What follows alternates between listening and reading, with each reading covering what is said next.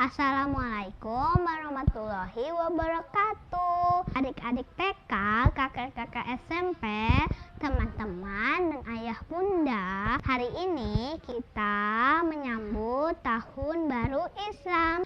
Noval akan menampilkan sebuah cerita tentang makna tahun baru Islam. Selamat menyaksikan.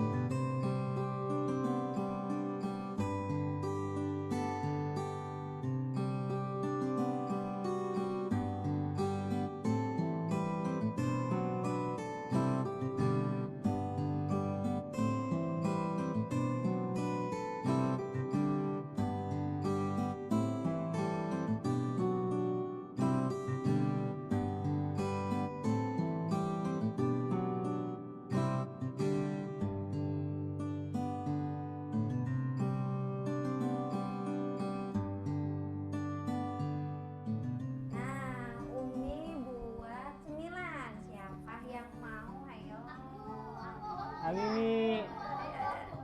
Ayo Bi nih, abang, kakak. Yuk. Tanya. Oh iya Bi, tadi kakak cerita sama Umi kalau kakak di sekolah itu ada diskusi sama guru BK ya.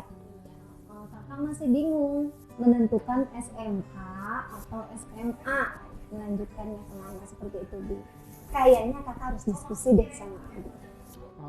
Oh iya Kak. Kakak tahu nggak apa bedanya SMA dengan SMK? Kata guru BK kakak, hari Selasa ada talent mapping untuk melihat minat kakak ada di mana. Tapi hari Selasa itu ada tahun baru Islam gitu, jadinya ya udah. Emang tahun baru Islam itu apa sih Kak? Masa tahun baru Islam saja Ade tidak tahu? Ayo kita tanya ke Abi. Ya Abang. Abi kira Abang tahu apa itu tahun baru Islam. Ayo sini adik kakak, sini Abi ceritain ya. Yuk. Jadi tahun baru Islam itu atau tahun baru Hijriah itu diperingati setiap tanggal 1 Muharram. Bulan Muharram merupakan bulan yang menyimpan banyak sejarah, di mana pada bulan itu Allah Subhanahu wa Ta'ala banyak menurunkan peristiwa yang patut dikenang oleh umat Islam sebagai bentuk syukur atas kenikmatan yang Allah berikan. Karena peristiwa-peristiwa yang terjadi pada bulan tersebut dapat memberikan banyak inspirasi bagi keberlangsungan hidup umat manusia di muka bumi ini. Nah, awal tahun baru Islam seperti yang Abi ceritakan sebelumnya, peristiwa ini memiliki sejarah yang amat besar terjadi dalam Islam, yakni memperingati peristiwa hijrah Nabi Muhammad SAW dari kota Mekah ke Madinah pada tahun 622 Masehi. Hal ini menjadi sebuah nama penanggalan dalam Islam yang dinamakan dengan Hijriah. Anak-anak Abi tahu kan hijrah itu apa? Hijrah secara etimologis adalah meninggalkan suatu perbuatan, menjauhkan diri dari pergaulan, pindah dari satu tempat ke tempat lain, atau meninggalkan suatu daerah menuju daerah lain. Nabi kita Muhammad SAW berhijrah bukan tanpa alasan, tetapi mendapatkan wahyu sekaligus bentuk respon untuk menanggapi sikap masyarakat Arab yang sangat benci sekali dengan ajaran Islam. Sejak awal, Rasulullah SAW menyampaikan dakwah Islamiyah kaum kafir Quraisy terus melakukan permusuhan terhadap Nabi dan para pengikutnya. Bahkan pada waktu itu, perlawanan dari kaum musyrik terhadap umat Islam sangatlah merajalela. Karena hal ini, Rasulullah Shallallahu Alaihi Wasallam menyuruh para sahabat agar berhijrah ke Madinah. Satu demi satu, para sahabat Rasulullah berangkat hijrah ke Madinah secara sembunyi-sembunyi. Mereka meninggalkan tanah kelahiran, rumah, tempat tinggal, bahkan segala apa yang dicintainya termasuk keluarga mereka demi menegakkan agama Islam. Setelah kaum muslimin Mekah hijrah ke Yasrib atau yang dikenal sekarang dengan nama Madinah, jumlah kaum muslimin yang masih berada di Mekah tinggal sedikit sekali. Dua orang sahabat Nabi, yakni Abu Bakar As-Siddiq dan Ali bin Abi Thalib, masih tetap berada di Mekah bersama Nabi. Nabi Muhammad SAW belum melakukan hijrah sebelum ada perintah dari Allah Subhanahu wa Ta'ala. Kaum kafir Quraisy ingin menghentikan upaya hijrah Nabi. Kemudian, para pemuka Quraisy bersidang dan berkumpul di tempat bernama Darun Nadwa untuk merencanakan tindakan yang akan diambil terhadap Nabi Muhammad SAW. Bahkan, paman Nabi SAW yang sangat memusuhi dakwahnya, Abu Jahal mengusulkan ke semua kabilah untuk mengambil seorang pemuda yang kuat dan sigap dari setiap kabilah yang dipersenjatai dengan pedang untuk membunuh Nabi Muhammad SAW. Sehingga akhirnya usul itu disepakati dan mereka memutuskan bahwa Nabi Muhammad SAW harus dibunuh. Sungguh keji sekali perbuatan mereka. Kekejaman kaum kafir Quraisy diabadikan dalam Quran surat Al-Anfal ayat 30 yang artinya, "Dan ingatlah ketika orang-orang kafir Quraisy memikirkan daya upaya terhadapmu untuk menangkap dan memenjarakanmu atau membunuhmu atau mengusirmu. Mereka memikirkan tipu daya dan Allah menggagalkan tipu daya itu, dan Allah sebaik-baik pembalas tipu daya." Tapi sayangnya, rencana jahat kaum kafir Quraisy itu telah diketahui oleh Nabi Muhammad. Kemudian malaikat Jibril datang kepada Nabi Muhammad SAW dan memerintahkan kepadanya agar jangan menginap di tempat tidur yang biasa ditempatinya, serta memberitahukan kepadanya tentang tipu muslihat dan makar yang akan dilakukan oleh kaumnya. Pada malam itu Rasulullah SAW tidak menginap di rumahnya. Lalu Rasulullah SAW memanggil Ali bin Abi Thalib dan memerintahkannya untuk tidur di tempat tidurnya serta menyelimuti dirinya dengan kain selimut hijau yang biasa dipakainya. Ali mengerjakan apa yang diperintahkan kepadanya. Selanjutnya, Rasulullah SAW keluar dengan melewati kaum musyrik yang telah berada di depan pintu rumahnya. Nabi SAW keluar dengan membawa segenggam pasir, kemudian beliau taburkan pasir itu ke atas kepala mereka. Mereka tidak dapat melihatnya karena Allah telah menutupi mata mereka dari nabinya, hingga mereka tidak dapat melihatnya. Nabi SAW seraya membacakan firman-Nya, Yasin, demi Al-Quran yang penuh hikmah, sampai dengan firman-Nya, dan kami tutup mata mereka sehingga mereka tidak dapat melihat. Ibnu Abbas meriwayatkan bahwa Siti Fatimah masuk menemui Rasulullah SAW seraya menangis. Maka Nabi SAW bertanya, "Hai putriku, apakah yang menyebabkan engkau menangis?" Siti Fatimah menjawab, "Wahai ayahku, bagaimana aku tidak menangis? Sedangkan golongan orang-orang yang terkemuka dari kabilah Quraisy telah membuat perjanjian dengan nama Lata, Uzza, dan Manat, bahwa seandainya mereka melihatmu, maka mereka akan bersama-sama bangkit ke arahmu untuk membunuhmu secara beramai-ramai. Tidak ada seorang pun dari mereka melainkan telah mengenali bagiannya dari darahmu. Rasulullah SAW bersabda, ambilkanlah air wudhu untukku. Lalu Rasulullah SAW berwudhu, kemudian keluar menuju masjid. Ketika mereka melihatnya, mereka berkata, ini 2 orangnya. Tetapi dengan serta-merta kepala mereka tertunduk dan mereka tidak dapat mengangkat pandangannya. Lalu Rasulullah SAW mengambil segenggam pasir dan menaburkannya kepada mereka seraya bersabda, semoga wajah-wajah ini kelilipan.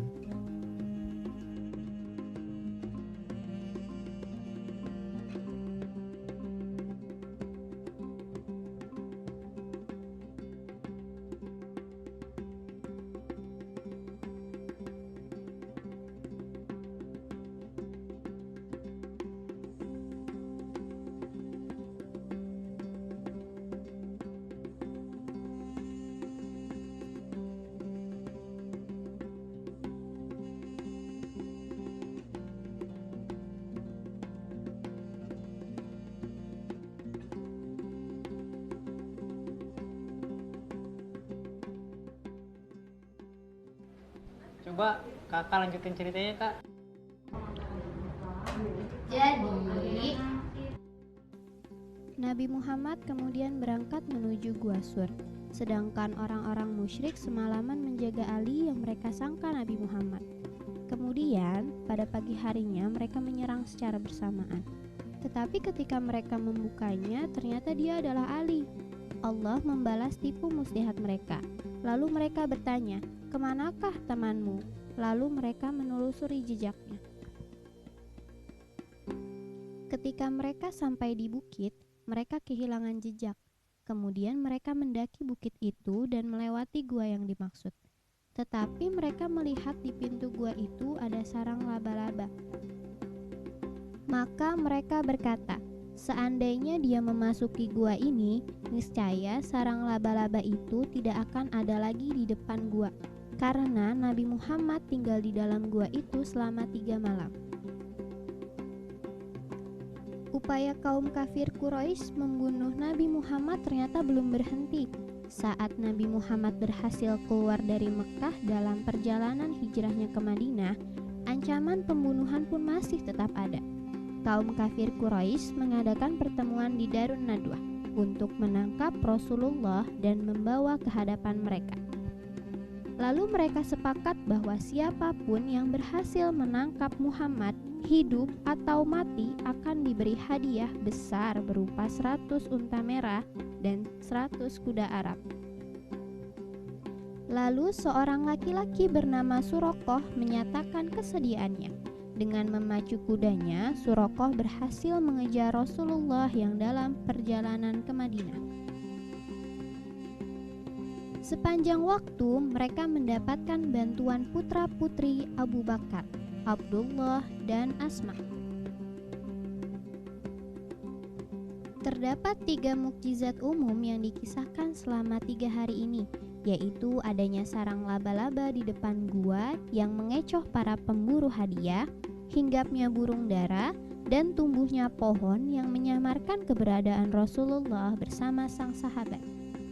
Namun, hal yang paling menyentuh adalah ketika Abu Bakar gelisah. Lalu sang Nabi berkata, Abu Bakar, kalau kau menduga bahwa kita hanya berdua, ada yang ketiga, yaitu Allah. Setelah 3 hari berlalu, Nabi dan Abu Bakar keluar dari gua. Amr bin Fuhairah membawa seorang pemandu jalan beserta 3 ekor unta Abu Bakar. Selanjutnya, mereka melanjutkan perjalanannya ke Yasrib. Suatu ketika, malaikat Jibril kemudian turun dan berkata kepada Rasulullah, "Wahai Rasulullah, Allah telah menundukkan bumi ini untuk menaati perintahmu." Maka saat Suraqah tepat berada di belakang Rasulullah sambil menghunus pedangnya, tiba-tiba ia terjatuh dan terperosok ke dalam bumi. Sementara itu Rasulullah pura-pura tidak tahu dan melanjutkan perjalanannya. Lalu Suraqah memanggil, "Hai Muhammad, tolonglah aku tidak akan membunuhmu. Marilah kita berdamai." Rasulullah pun menolong Suraqah. Setelah selamat, Suraqah kembali menghunus pedangnya. Saat ujung pedang Suraqah hampir mengenai kulit Rasulullah, tiba-tiba Suraqah kembali terperosok ke dalam bumi untuk kedua kalinya. Suraqah pun kembali berteriak meminta tolong kepada Rasulullah, dan Rasulullah pun menolongnya lagi. Setelah selamat, Suraqah pun mendekat dan bersimpu di hadapan unta yang dikendarai Rasulullah seraya berkata, "Wahai Muhammad, beritahukanlah kepadaku tentang Tuhanmu." Sekiranya dia memiliki kekuasaan sehebat itu, apakah Tuhanmu itu terbuat dari emas atau perak? Rasulullah pun menundukkan kepalanya, dan malaikat Jibril pun datang membawa wahyu, yakni surat Al-Ikhlas sebagai jawaban atas pertanyaan Suraqah. Kisah tersebut disebutkan dalam hadis sahih Imam Muslim yang artinya, ketika Rasulullah Shallallahu Alaihi Wasallam berangkat dari kota Makkah menuju Madinah, Suraqah bin Malik bin Jusyum mengejarnya dari belakang. Al-Barra mengatakan, lalu Rasulullah mendoakannya hingga kaki kudanya terperosok ke dalam tanah. Suraqah lalu berkata, "Mohonkanlah kepada Allah agar saya dapat terlepas dari kecelakaan ini dan saya tidak akan mengganggu Anda lagi." Al-Barra berkata, lantas beliau berdoa kepada Allah. Hadis riwayat Muslim. Setelahnya mereka bergerak ke utara lagi dengan berjalan malam hari sepanjang pantai sebelum berbelok ke arah Yastrib. Tibanya Nabi Muhammad di Yastrib adalah titik penting bagi sejarah Islam. Sang Rasul kemudian membentuk kekuatan baru di tanah Arab yang tidak dipersatukan oleh ikatan darah atau ikatan apapun, kecuali persaudaraan atas dasar keimanan kepada Allah. Nah, dari cerita yang Abi sampaikan tadi ada 3 hikmah ya. Pertama, ya dengarkan abang sama kakak ya. Pertama, kita itu harus sabar. Sabarnya sampai ada petunjuk, sampai ada perintah apa yang harus kita lakukan ya. Tuh, sabar ya. Kedua, harus mengikuti pemimpin ya, sama seperti halnya Abu Bakar mengikuti Rasulullah. Padahal Abu Bakar tahu resikonya kalau harus mengikuti Rasulullah. Apa? Dibunuh. Yang ketiga, dari cerita Abi tadi, nih kita harus bisa lebih baik lagi setiap tahunnya. Abang nih biar bertambah rajin sholatnya, kakak juga ya, adik juga sholatnya ya, terus ngajinya, pokoknya semuanya. Abi sama Umi juga sama, harus bertambah ya kebaikannya. Seperti itu hikmahnya ya, diingat ya abang ya, kakak juga, adik juga ya. Nah gitu deh, gitu Kak. Itulah tahun baru Islam. Udah tahu kan sekarang tahun baru Islam itu apa? Abang.